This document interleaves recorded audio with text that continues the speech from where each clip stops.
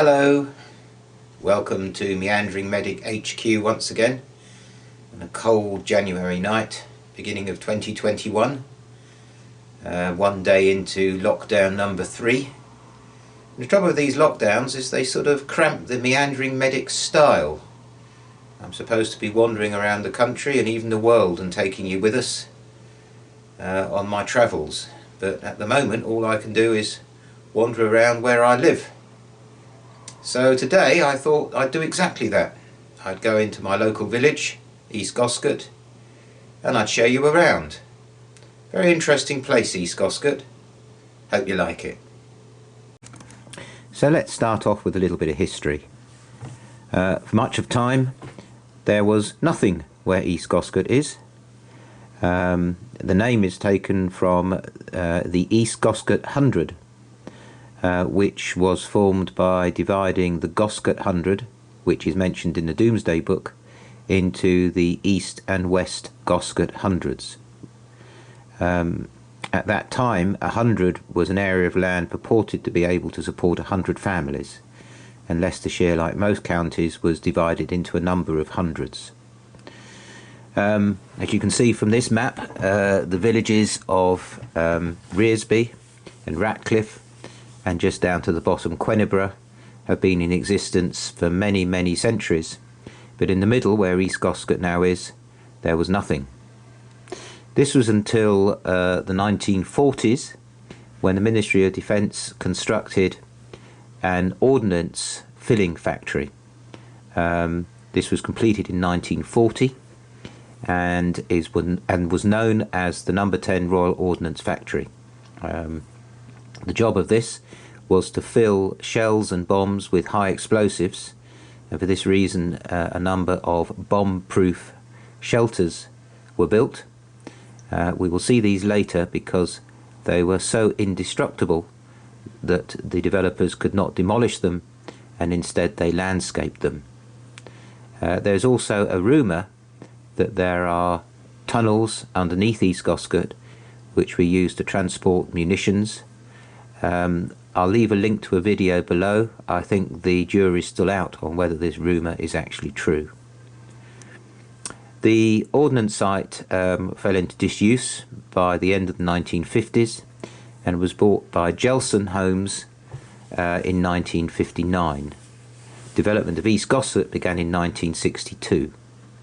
And the thing is that Gelson didn't just build a housing estate, they built a new village.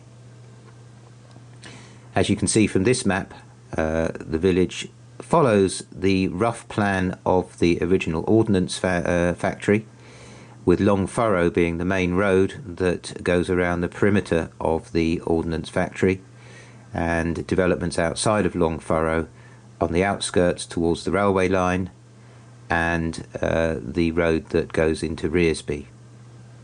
East Goscote does have everything that a village should have, as we are about to see.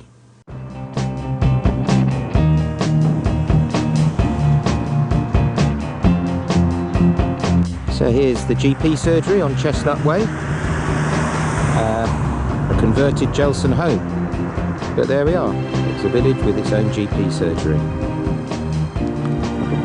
And this is Long Furrow, the main arterial road that goes around the central part of East Goscote. It has its own village pub, the Plough, used to be the Greek Plough.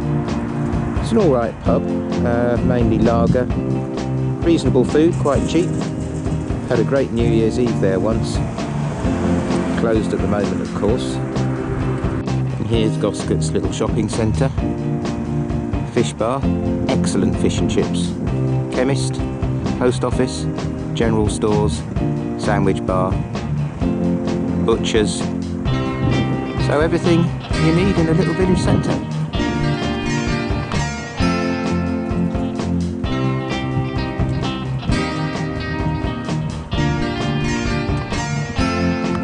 So here's the village hall, good size, and site of one of several preschool groups in East Goscote. So plenty for young kids. And here's St Hilda's, the village church, with its church hall attached.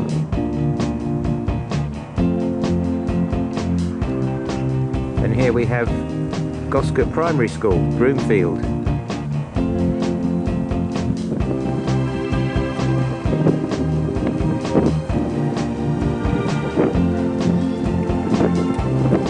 So East Goscote's getting on for 50 years old now. It's matured quite nicely. It's a lovely green space right in the centre of the village.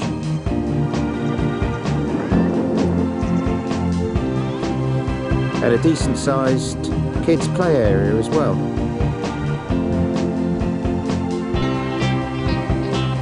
So everything you really need.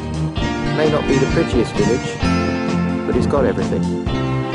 One of the things about East Goscote is that it was built by Gelsons, renowned for the solidity of their buildings.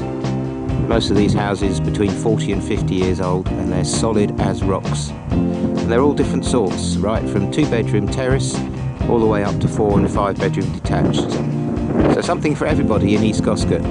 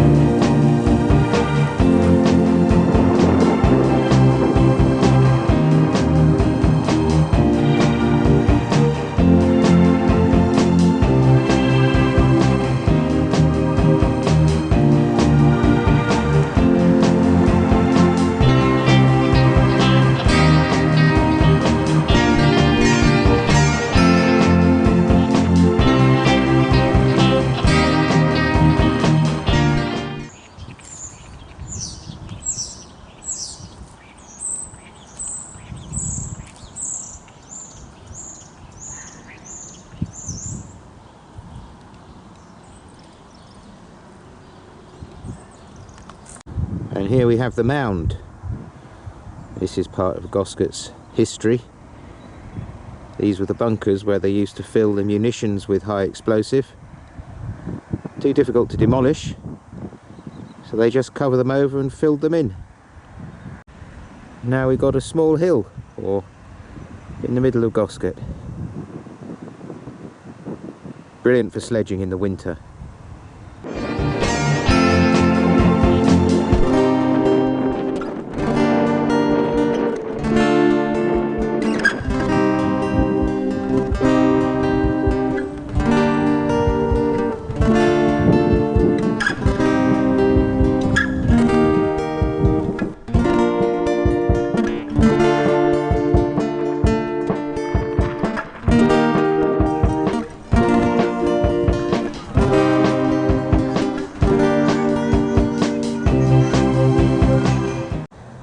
So rumour has it that under this kids play area and vantage point there are still munitions. In the early days of Goscote, strange lights were seen above the mound apparently, and there used to be a door, but that's all been blocked in.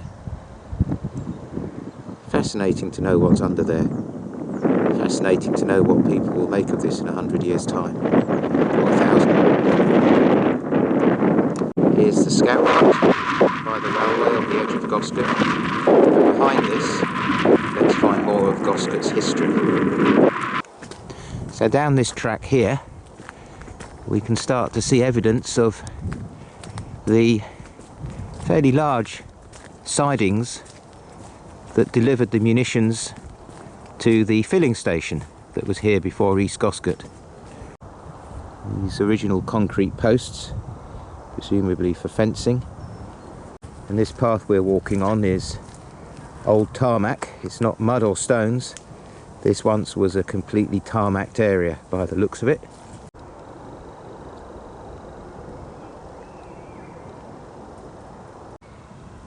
Here's some railway ballast amongst the trees. Clearly the edge of a road or driveway.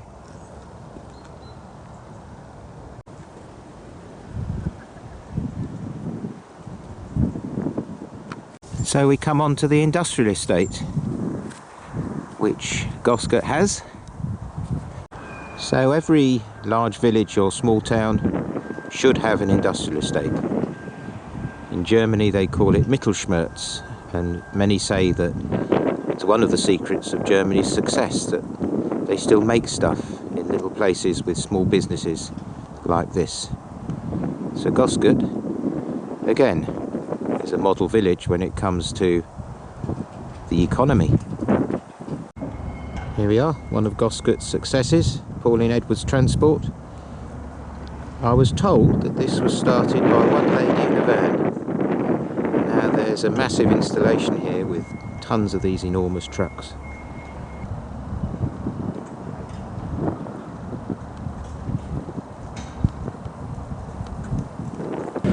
The other thing about this industrial estate is that it features on the Bowbridge video personal. So why don't you check that one out? And here, right in the corner of the industrial estate, something we only discovered recently, Jelson, bless them, have preserved a short length of track from the original sidings that used to stand here to supply munitions to the filling station. And we've even got our own little garage and car showroom. Well, I hope you enjoyed that.